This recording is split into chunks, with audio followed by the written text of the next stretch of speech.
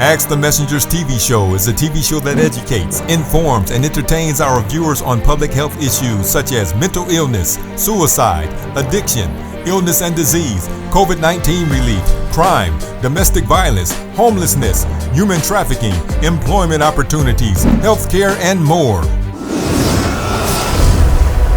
And now, Ask the Messengers. The DWIHN Integrated Health Network provides services and support to 75,000 people in Wayne County.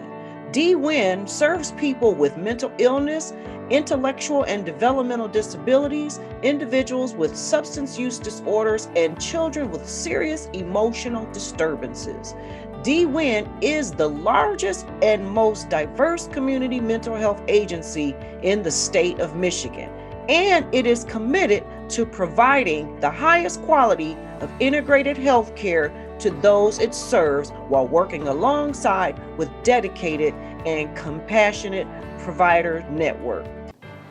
People in recovery from addiction to alcohol and other drugs, their families, friends, addiction treatment professionals, elected officials, and other allies came together from across the Great Lakes region to celebrate recovery as part of National Recovery Month.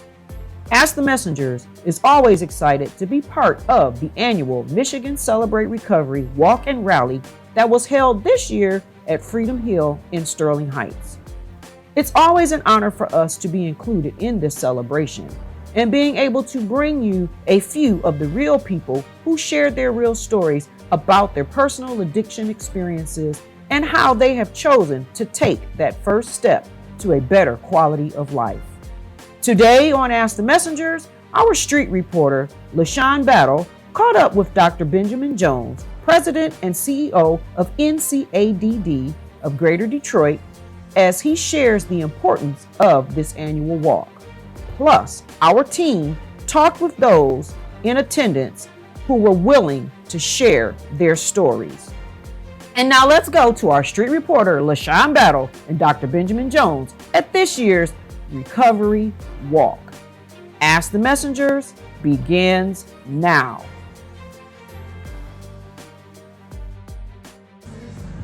It's your street reporter, LaShawn, today out here at Freedom Hill with Dr. Jones. Can you tell the people a little bit about this event? Absolutely.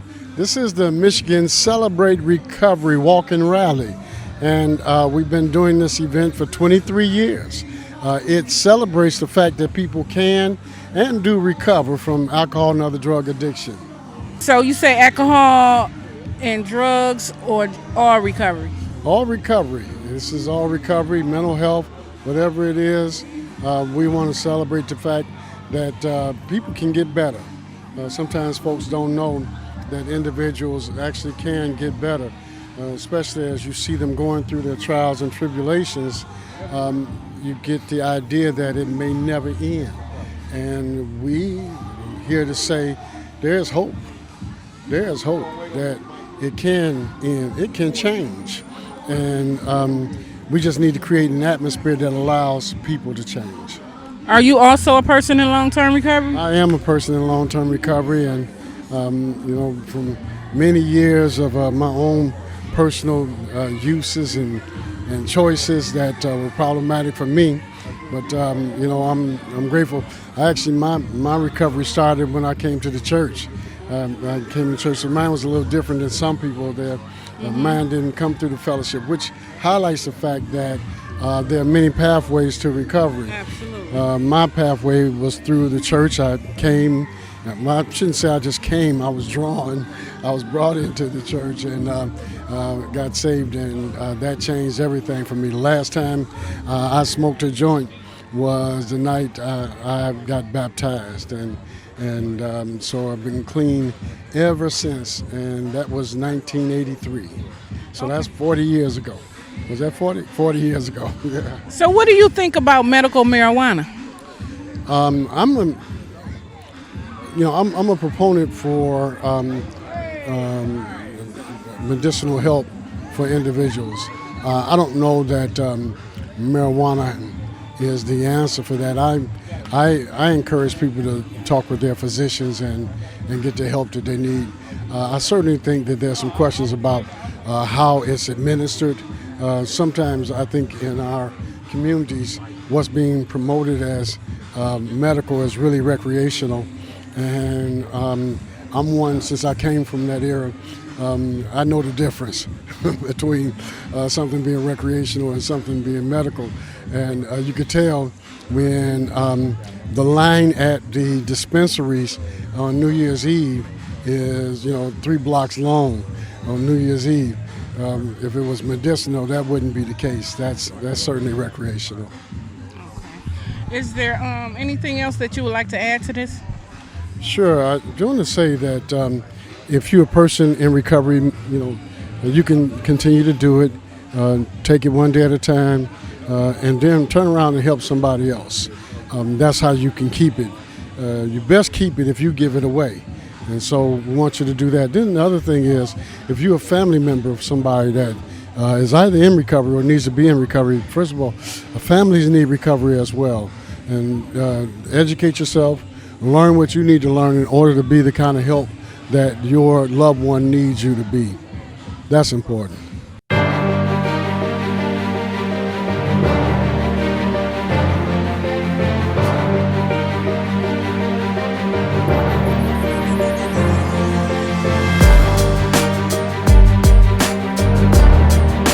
Stay tuned for more of Ask the Messengers.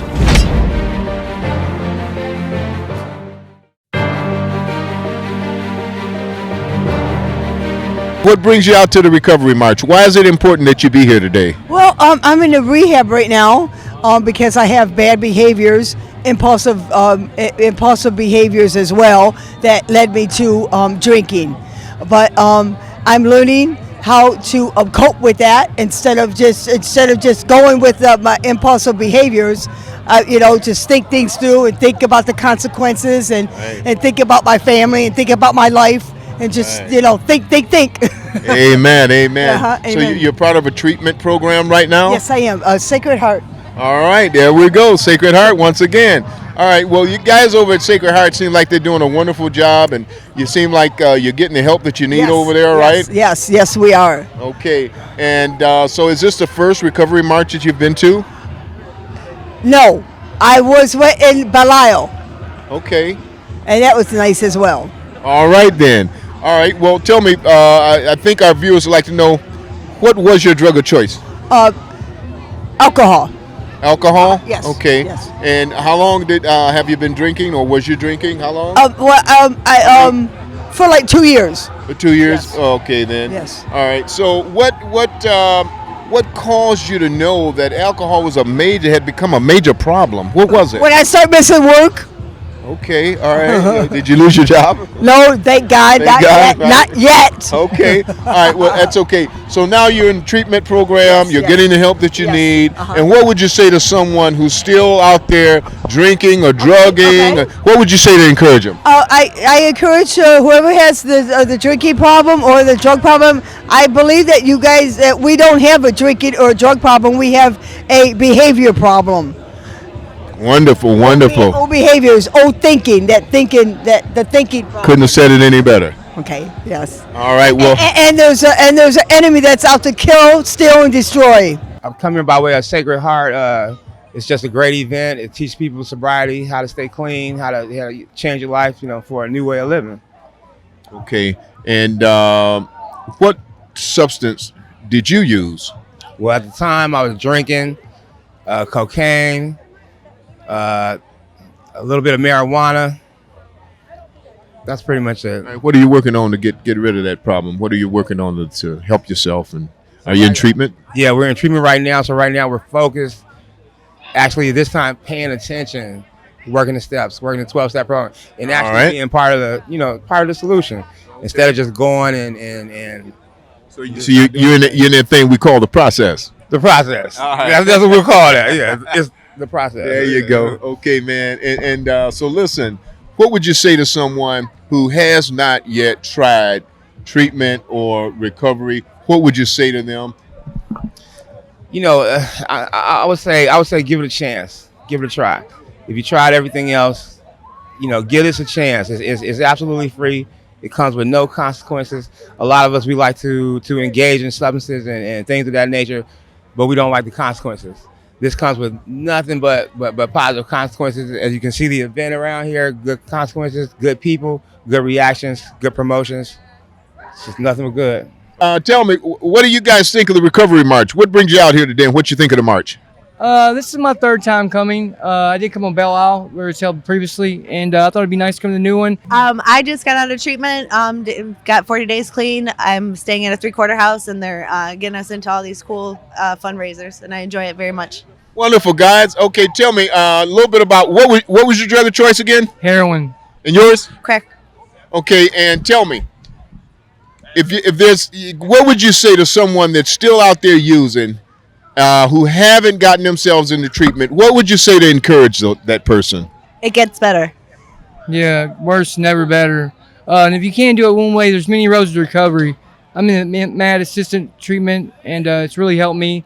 Options are everywhere. I've been holding my life down since I was 16, and then I started getting into relationships, started using, and I mean, after a few months, I started using opiates, basically, like down drugs, and it caused infections by the age of 20 where I became paralyzed. Looked up after 6 weeks, it's considered chronic back pain. I thought I was gonna make it. Took a month because I was still using heroin. It numbs all the feeling in you. And I did 3 months in when I finally got the help, because off of heroin you get really sick. And I mean, it was like it's my first source of recovery. And then from the age of 21, I ended up catching more infections, to the point it became an infection in my heart. Yeah, and that wasn't even from needles. That was giving birth from using while pregnant. And now it's been a month since I had my baby, August 7th. Congratulations. Thank you. And I'm 22, and I feel like I've been down for too long, that this is one of my first real miracle, like God's opportunity. So I'm just trying to make the best of it. I can get my daughter back after all of this. Just 60 days of rehab on your first time. But it's more of I want to do it for myself, because I know I'm pretty. I know that I have a lot of potential. I just shouldn't have been down for that long. And I'm almost going to be older, like in 23, 24. I want to get my own place. This is the first step, and it's the easiest step out of everything else that I have to go through after this. Are you a person that is currently in recovery? Yes, I am. Yes, I am. And how many days have you been? A week. Congratulations on that. So what was your drug of choice? Crack cocaine. Okay, and how did your use affect your relationship that you had with your family? I don't have any family, so even friends and people that you love. People I lost around them. you. I lost them all. I lost all of them. Then nobody want to talk to me or help me no more. So if there's anything you want to say to anybody that you lost, and you want to make amends, you can look in the camera and say something to them right now. What would you say? I want to say to my son Tynu that mommy had to do this and go through it again. I'm sorry that I lied to you, but it's for the best. And I love you, and I'll be home soon. I'm currently recovering off of fentanyl. I just started using about 4 months ago, but previously to that, I was probably about 18, 19 years old when I first started using meth.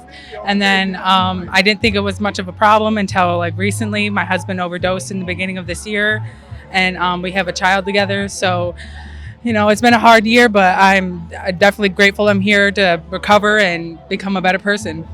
Okay, speaking of, you said your husband overdosed. Yeah. Do you know anyone else has overdosed, or have you lost anyone to overdose? Yes, I've lost quite a few friends to overdoses all throughout the States. And it's been a really hard year, especially because I've lost like 2 people this year, 3 people last year, and then a couple people the year before.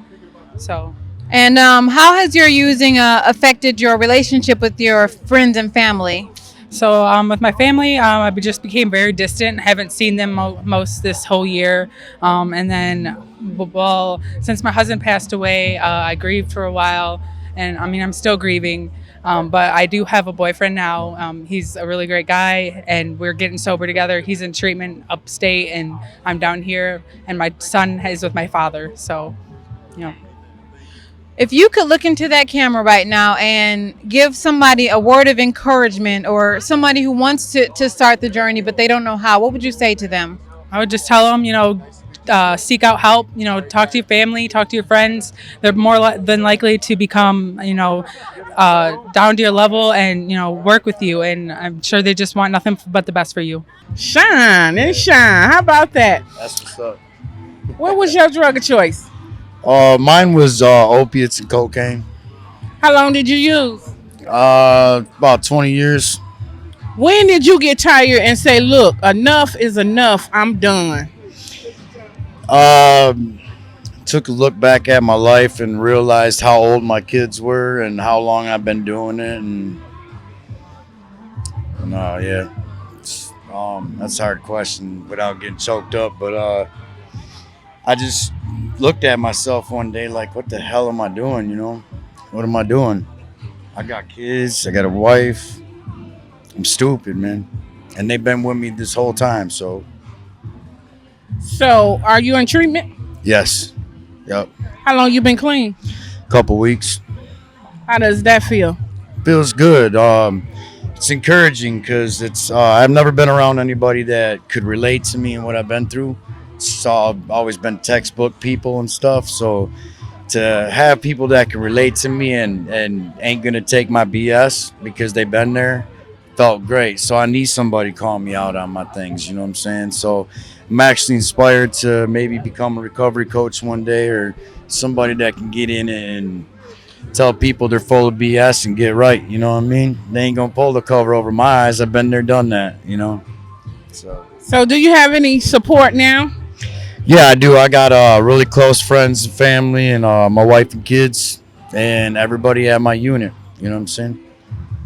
Is there anyone out there that you would like to make a direct amends to? I want you to look into the camera, and I want you to talk to them.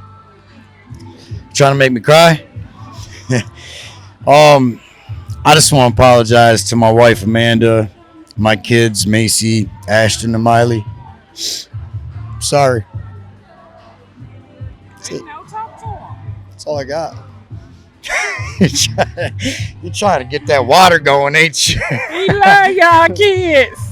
I love you guys. Thank you to my friends and family that never left me behind and always believed in me and supported me. Thank you. We'll be right back with more of Ask the Messengers.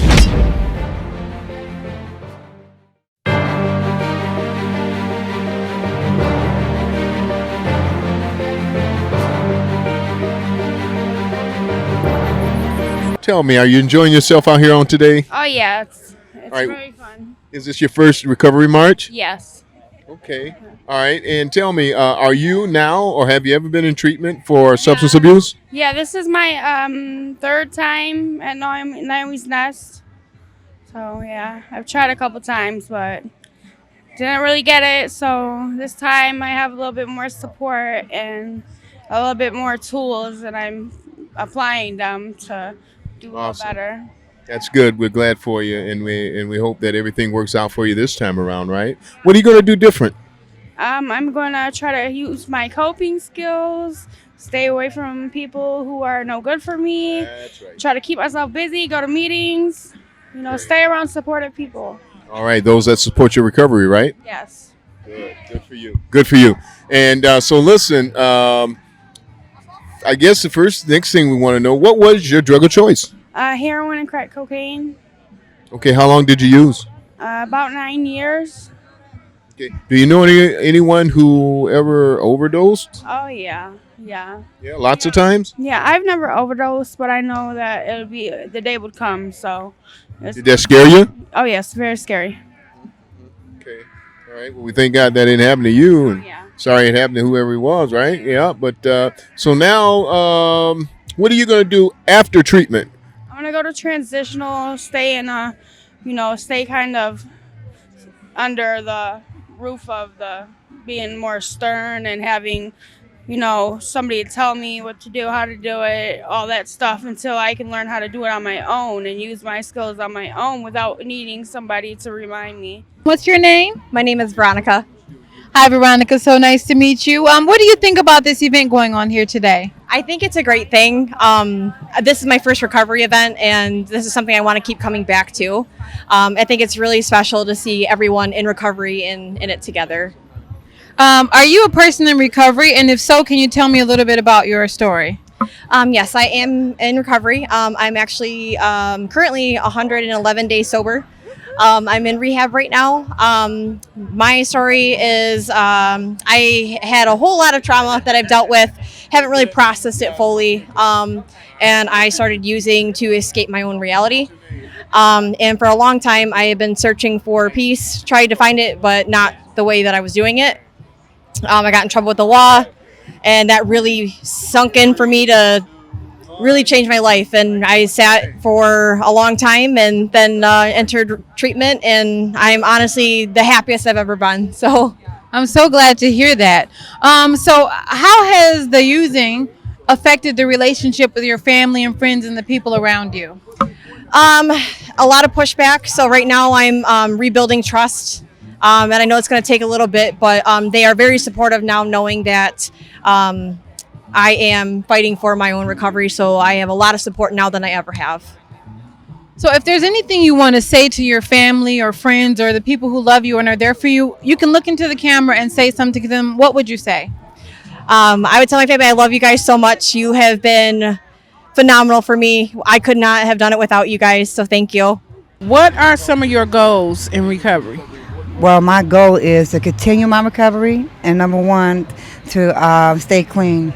Okay, and is there anyone out there that you would like to make a direct amends to? If so, I want you to look straight into that camera and I want you to talk to that person. Well, Precious Flakes, I know that I have broke your trust in every way, shape, and form, but I am going to do the best I can to improve the trust back again from you again.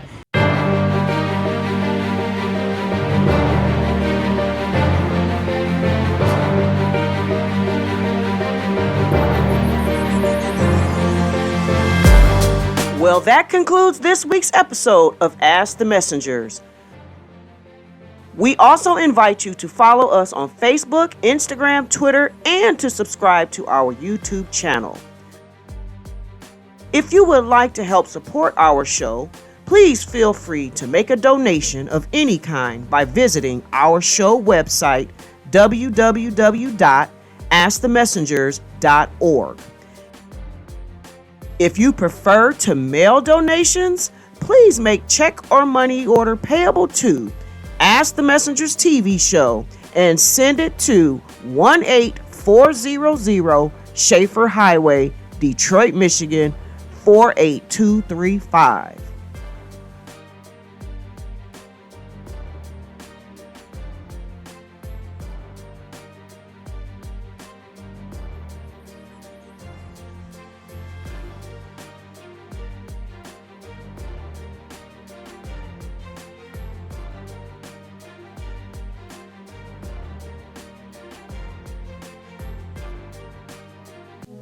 Ask the Messengers is the program that deals with things that help you.